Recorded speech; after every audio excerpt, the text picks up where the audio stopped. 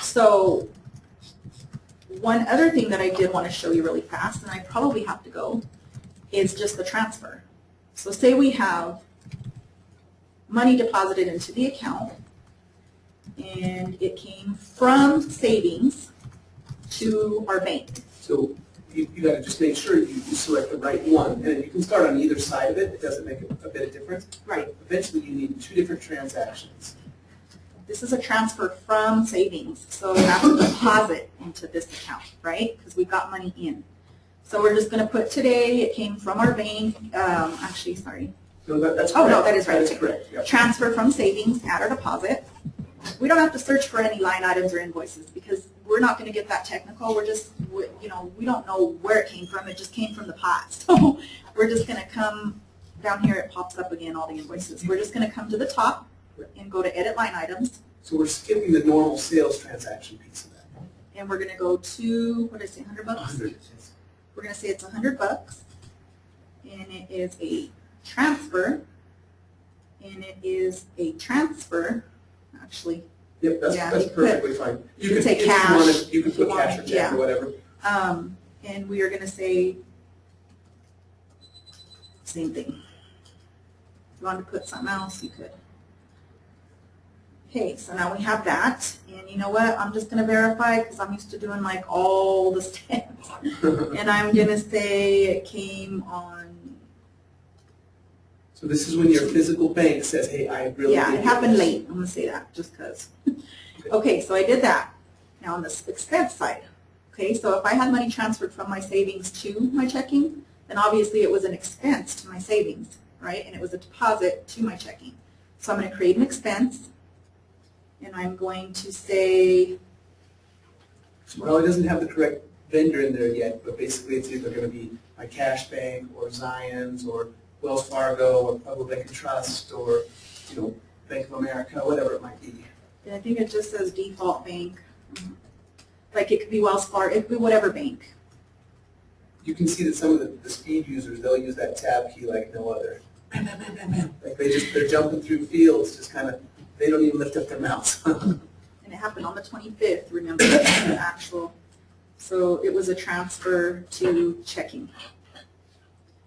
And it was a transfer, and it was cash or transfer, and it was. This is where did they come from, so this would be this from savings.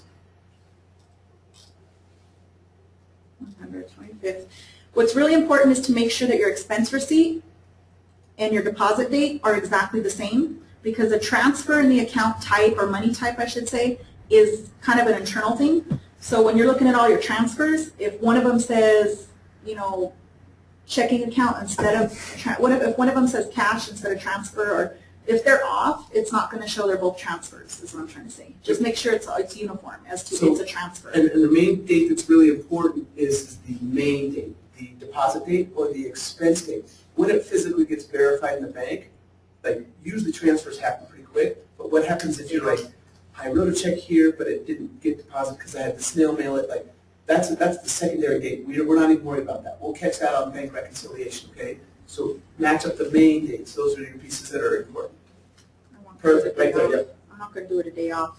As soon as you move out of that field, yep. It basically, because it was the top, I'm going to transfer it down. Okay. But like that's why it was able to update it like that. Do you want to transfer your line description? She did not put a payment. You can fix it right now. Hit edit payment. No, it's just a physical note. Like, yeah.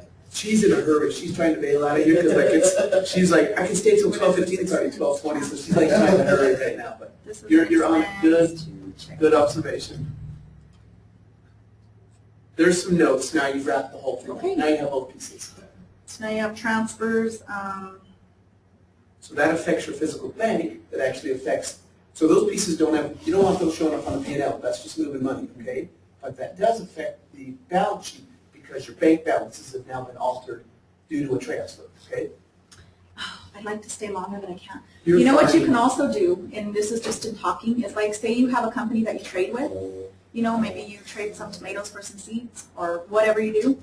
You actually create one invoice that is for, you know, whatever you're trading to them. Say you're going to sell them some seeds and they're going to give you some plants. You create one invoice that has the seeds for $500. Then you create another invoice that's from them bringing what you're bringing in. You can tie the two together with the FlexGrid tie-in showing the relationship that those two invoices were a trade. And within the invoice, you can tie them together and you can say that it's an internal type transaction, to where you're gonna be able to work with the money piece of it, but you're actually showing the two have a relationship together. Can you show something like that to them? Trade is important to a lot of people because sometimes, you know, you're doing stuff and you're not really taking in money, but you're bringing in product, and that can happen in any industry. That's one of the big things I wanted to show you. Roxanne's presentation. Sometimes I get too fast. Sometimes I get going on a tangent and I'm just like, you did it, you did that. But you know, it's actually part of the options of it. Well, and sometimes, you know, it'll make things go in your mind and you'll start thinking of stuff and you're like, oh, you know what, I can do that, or well, what about this, or, you know, so if there's anything that you think of, you know, you're more than welcome to write down my phone number if any of you have any questions about things too. Just to get a little help. I mean, I know you guys probably have contacts, you have other consultants and people, but we all work as a team in that aspect, and you know, I don't charge for like time for somebody to call and ask the questions, you know. So maybe sometimes your go-to person is busy, but hey, you know what, I think I can call Roxanne real fast, she'll know. You know, I don't mind if you do that either. So if any of you that are writing my number down, I can give it to you. Unfortunately, I can't find my business cards, and I think I might have ran out, so I was going to bring them today. But my number is 720-338-8473. You never know when you're going to get stuck and, you know, you need just a question and somebody's busy or everybody's busy or whatever. I don't mind. Awesome, awesome. Let's give one more round of applause. Roxanne, that was awesome. Thank you. Thanks, Roxanne. Thank you. Awesome.